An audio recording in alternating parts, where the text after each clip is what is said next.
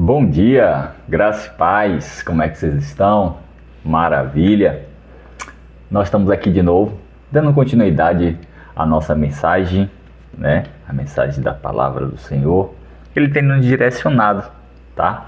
E nós estamos falando sobre a vida de Deus, e nesta semana nós estamos falando sobre a vida bio, que nós sabemos que na Bíblia existe várias palavras vida, mas ela se distingue entre si sobre que tipo de vida a mensagem está falando naquele momento. Então a gente já falou da vida Zoe, que é a vida no espírito, a vida psique, que é a vida da alma, que tem o poder de decisões.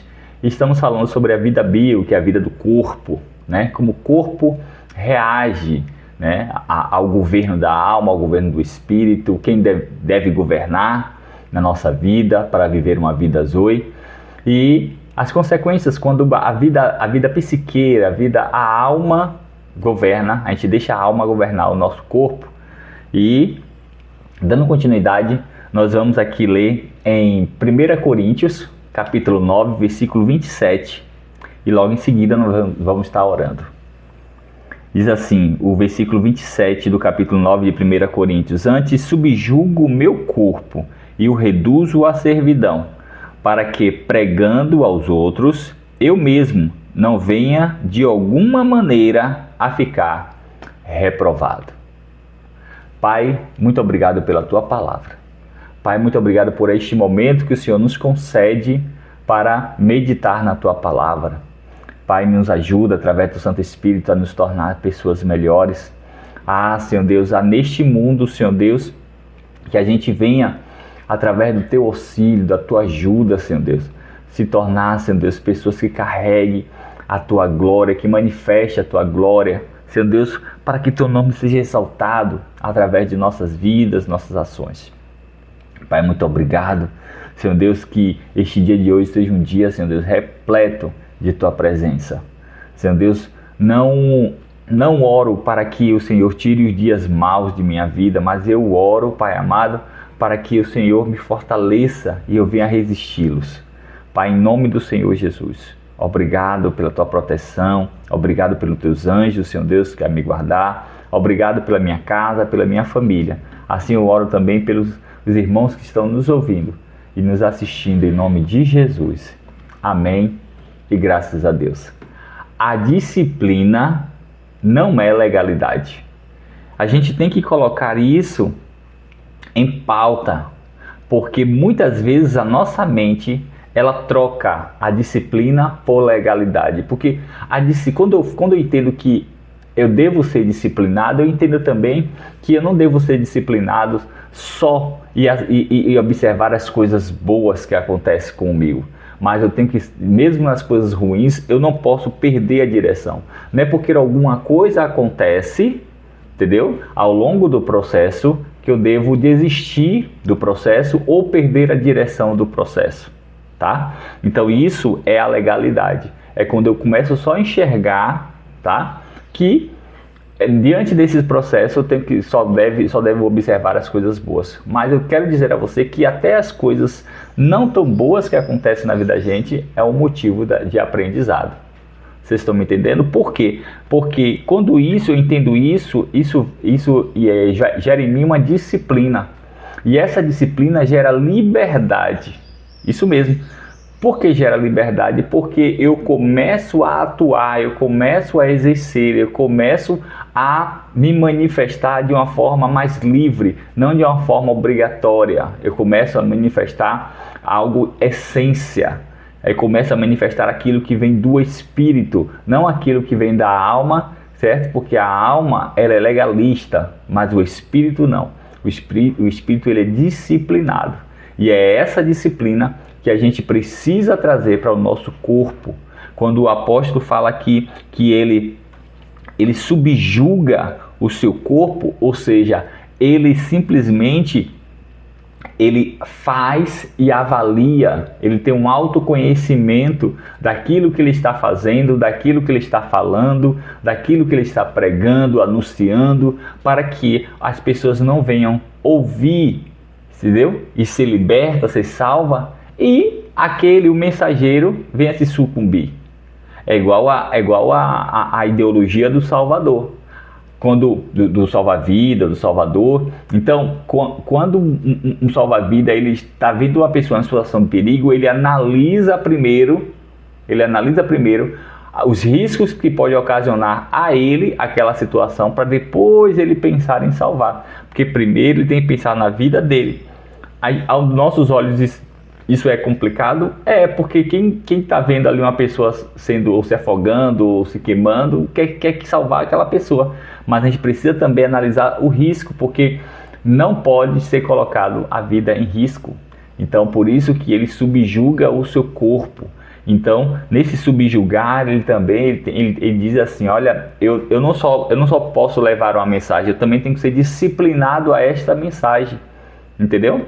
Por quê? Porque o corpo, ele precisa de direção.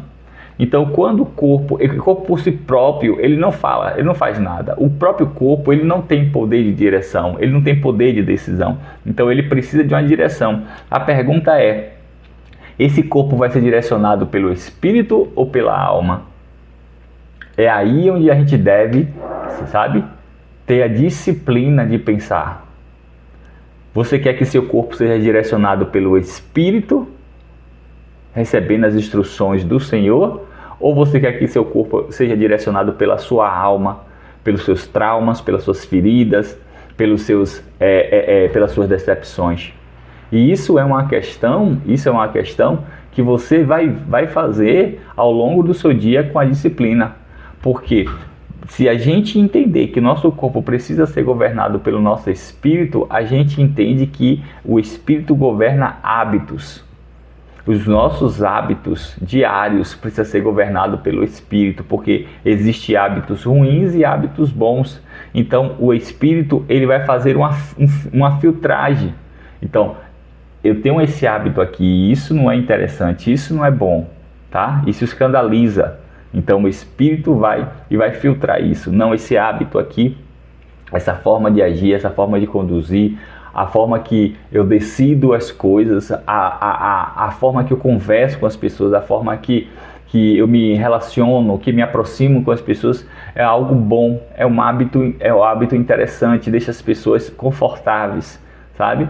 Então, justamente a forma que eu olho para as pessoas, deixa as pessoas confortáveis, faz com que elas se aproximem de mim e não se afastem de mim. Então, o Espírito ele governa os hábitos. E outra coisa que eu quero dizer a você sobre a constância. Por quê?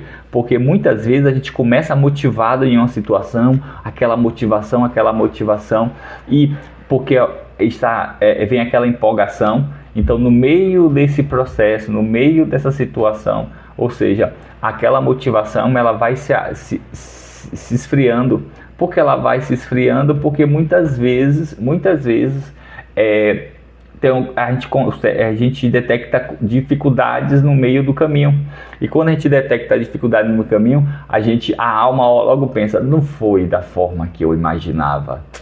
Eu estou desmotivado. Não foi da forma que eu achava. E se tiver uma terceira, uma segunda pessoa dentro desse contexto, você fulana tá tão motivada, então isso me contagiou, mas agora parece que fulano tá mais interessado no assunto ou na situação. Eu também não, sabe? A gente acaba sendo direcionado pela motivação do outro, mas o que vai acontecer? Se você tem certeza que o que você está fazendo tem um direcionamento do Senhor, ainda que você se sinta desmotivada, certo? Desmotivado, se você criar uma constância naquilo e você entender que isso faz parte do processo, você criar uma constância, ou seja, ela vai vencer a sua motivação. Então a constância ela vence a motivação. Então muitas vezes a gente quer ser legalista, sabe? Mas onde a gente tem que ser disciplinado, porque legalista é a nossa alma, mas a disciplina ela vem do Espírito. Amém? Que nós sejamos disciplinados em tudo na nossa vida, nos estudos, no trabalho, na vida na igreja, na vida em comunidade, na nossa própria família, ser disciplinado. A gente começa com um ciclo de oração, a gente começa com um estudo bíblico dentro da nossa família, e daqui a pouco vai se perdendo, e aquilo, a gente vai ver que a gente deixou aquilo se perder, sendo que aquilo provém de Deus, aquilo provém da direção de Deus para a nossa casa, para nossos negócios, para nossos estudos, para a nossa família. Amém? Então que a gente venha a ser disciplinado, levar esse corpo, subjugar esse corpo a uma disciplina, para que a gente não se perca no meio do caminho. Subjugar esse corpo a uma disciplina, para que as pessoas que recebam a mensagem que sai de nossas bocas sejam aprovadas e nós venhamos ser reprovados. Que Deus abençoe e guarde a vida de vocês. Amém? Então curta essa mensagem, compartilhe essa mensagem. Se você não é inscrito no canal, se inscreve no canal. Mande essa mensagem para mais pessoas, para que mais pessoas venham ser motivadas a ser disciplinadas em nome do Senhor Jesus. Um beijo no teu coração e amanhã a gente está de volta com mais uma reflexão bíblica, com mais uma mensagem. Tchau, tchau.